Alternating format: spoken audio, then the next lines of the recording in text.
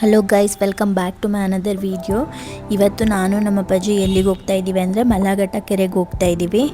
ಇಲ್ಲಿ ಮೈಸೂರಲ್ಲಿರೋರಿಗೆ ಹೇಗೆ ಎಡ್ಮುರಿ ಬಲ್ಮುರಿ ಫಾಲ್ಸ್ ಆಗಿರುತ್ತೋ ಅದೇ ಥರ ನಮಗೆ ಮಲ್ಲಘಟ್ಟ ಕೆರೆ. ಈ ಮಳೆಗಾಲ ಬಂದಾಗ ನೀರು ತುಂಬ ಜಾಸ್ತಿ ಹರಿಯುತ್ತೆ. ಸೊ ಒನ್ ಡೇ ಟ್ರಿಪ್ಗೆ ತುಂಬ ಚೆನ್ನಾಗಿರುತ್ತೆ. ಸೊ ಇದು ಎಲ್ಲಿರೋದಪ್ಪ ಅಂದರೆ ತುಮಕೂರು ಜಿಲ್ಲೆ ತುರುವೇಕೆರೆ ತಾಲೂಕು. ನಾವು ಹೋಗ್ತಾ ಇರೋದು ಚಿಕ್ಕ ತುರುವೇಕೆರೆ ಕಡೆಯಿಂದ ಅಂತೆ, ಇನ್ನೊಂದು ಆಲ್ಮೂರು ಕಡೆಯಿಂದನೂ ಬರ್ಬೋದಂತೆ. ಈ ಮಲ್ಲಘಟ್ಟ ಕೆರೆಗೆ ಎರಡು ಕಡೆಯಿಂದ ಬರ್ಬೋದು. ಒಂದು ಚಿಕ್ಕ ತುರುವೇಕೆರೆ ಕಡೆಯಿಂದ, ಇನ್ನೊಂದು ಆಲ್ಬೂರು ಕಡೆಯಿಂದ. ಚಿಕ್ಕ ತುರುವೇಕೆರೆಯಿಂದ ಬರೋರು ಇಲ್ಲಿ ರೈಟ್ ತಗೋಬೇಕಾಗುತ್ತೆ, ಇನ್ನೊಂದು ಆಲ್ಬೂರು ಕಡೆಯಿಂದ. ಅದು ಮುಂದೆ ಹೋದ್ಮೇಲೆ ರೋಡ್ ಕನೆಕ್ಟ್ ಆಗುತ್ತೆ.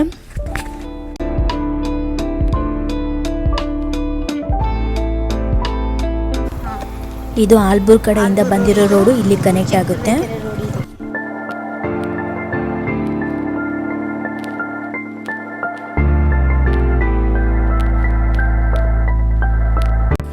ಹೋಗ್ಬೇಕಾದ್ರಂತೂ ಆ ಗ್ರೀನರಿ, ಆ ರೋಡು ತುಂಬಾ ಚೆನ್ನಾಗಿ ಕಾಣಿಸ್ತಾ ಇತ್ತು. ಹೋಗೋಕ್ಕೆ ಸ್ಟಾರ್ಟಿಂಗೇ ನಿಮಗೆ ಒಂದು ದೇವಸ್ಥಾನ ಕಾಣಿಸಿದೆ, ಅದು ಶಿವನ ದೇವಸ್ಥಾನ. ಬರಬೇಕಾದ್ರೆ ಇಲ್ಲಿಗೆ ಹೋಗಿ ಬರೋಣ, ಫಸ್ಟು ಇವಾಗ ಕೆರೆ ಹತ್ರ ಹೋಗ್ಬಿಡೋಣ ಅಂತೇಳಿ ಹೋಗ್ತಾ ಇದ್ದೀವಿ. ಅದೇ ಹೇಳಿದ್ನಲ್ಲ, ಹೋಗ್ಬೇಕಾದ್ರೆ ರೋಡು ಮತ್ತು ಆಕಾಶ ಮತ್ತು ಆ ಗ್ರೀನರಿ ತುಂಬ ಸಖತ್ತಾಗಿ ಕಾಣಿಸ್ತಾ ಇತ್ತು. ಇವಾಗ ಬಂದ್ಬಿಟ್ಟು ಮಲ್ಲಘಟ್ಟ ಕೆರೆಗೆ ರೀಚ್ ಆಗಿದ್ದೀವಿ. ನೋಡ್ಬೋದು ನೀರು ಹೆಂಗೆ ಹರಿತಾ ಇದೆ ಅಂತ.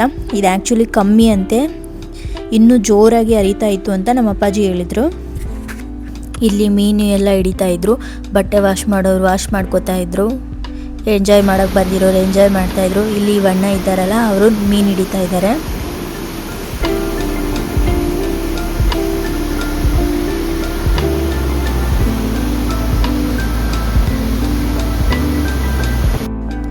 ಇನ್ನು ಜಾಸ್ತಿ ನೀರು ಬಂದಾಗ ಈ ರೋಡ್ ಮೇಲೆಲ್ಲ ನೀರು ಹೋಗುತ್ತೆ, ವೆಹಿಕಲ್ಸ್ ಪಾಸ್ ಆಗೋದಕ್ಕೇ ಕಷ್ಟ ಆಗುತ್ತೆ, ಅಷ್ಟೊಂದು ನೀರು ಹೋಗ್ತಾ ಇರುತ್ತೆ. ಇವಾಗ ಸ್ವಲ್ಪ ಕಮ್ಮಿ ಆಗಿದೆ. ಈ ರೋಡ್ ಮೇಲೆಲ್ಲ ನೀರು ಬಂದುಬಿಟ್ಟಿರುತ್ತೆ, ಇಲ್ಲೆಲ್ಲ ವೆಹಿಕಲ್ಸ್ ಪಾರ್ಕ್ ಮಾಡೋಕ್ಕೆ ಆಗೋದಿಲ್ಲ. ಇದು ಇನ್ನೊಂದು ಸೈಡನ್ನು ತುಂಬ ಎಂಜಾಯ್ ಮಾಡ್ತಾಯಿದ್ರು. ಇಲ್ಲೇ ಒಂದು ದೇವಸ್ಥಾನ ಕೂಡ ಇದೆ, ಇದು ಗಂಗಾಧರೇಶ್ವರ ಸ್ವಾಮಿ ದೇವಸ್ಥಾನ.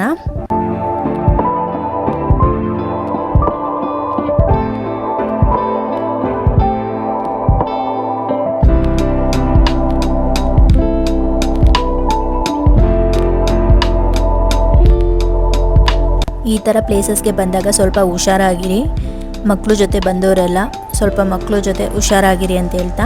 ಮತ್ತು ಪಾಚಿ ಎಲ್ಲ ಇರುತ್ತೆ, ಜಾರು ಬೀಳೋ ಸಾಧ್ಯತೆಯೂ ಇರುತ್ತೆ. ಸೊ ಇಲ್ಲಿಗೆಲ್ಲ ಬಂದಾಗ ಸ್ವಲ್ಪ ಹುಷಾರಾಗಿರಿ ಅಂತ ಹೇಳ್ತೀನಿ.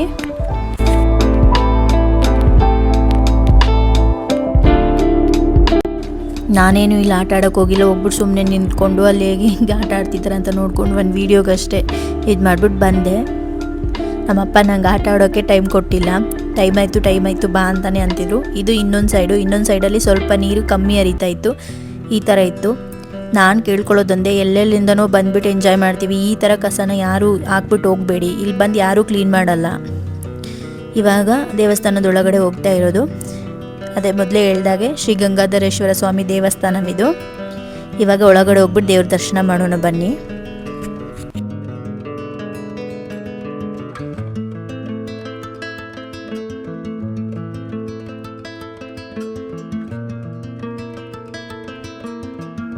ಒಂದು 1000 ವರ್ಷ ಆಗಿದೆ, 1000 ವರ್ಷದ ಇತಿಹಾಸ.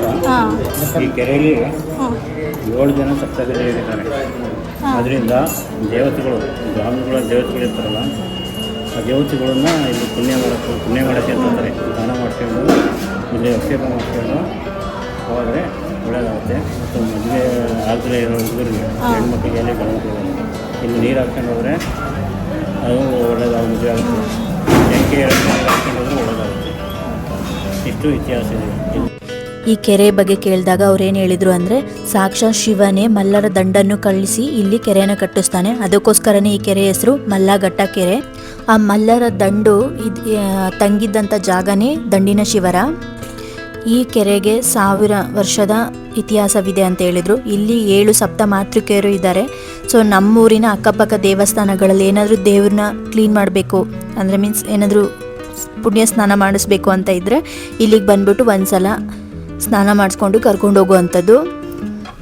ಜೊತೆಗೆ ಅವ್ರು ಏನು ಹೇಳಿದ್ರು ಅಂದರೆ, ಯಾರಿಗೆ ಮದುವೆ ಆಗ್ತಾ ಇರಲ್ಲ ಅವ್ರು ಇಲ್ಲಿ ಬಂದ್ಬಿಟ್ಟು ಸ್ನಾನ ಮಾಡ್ಕೊಂಡು ಹೋದರೆ ಮದುವೆ ಆಗುತ್ತೆ ಅನ್ನೋ ಥರ ಅವ್ರು ಹೇಳಿದರು. ಮೊದಲಿಗೆ ಕಾಣಿಸಿತ್ತಲ್ಲ ದೇವಸ್ಥಾನ, ಅದೇ ಈ ದೇವಸ್ಥಾನ. ಸಬ್ಸ್ಕ್ರೈಬ್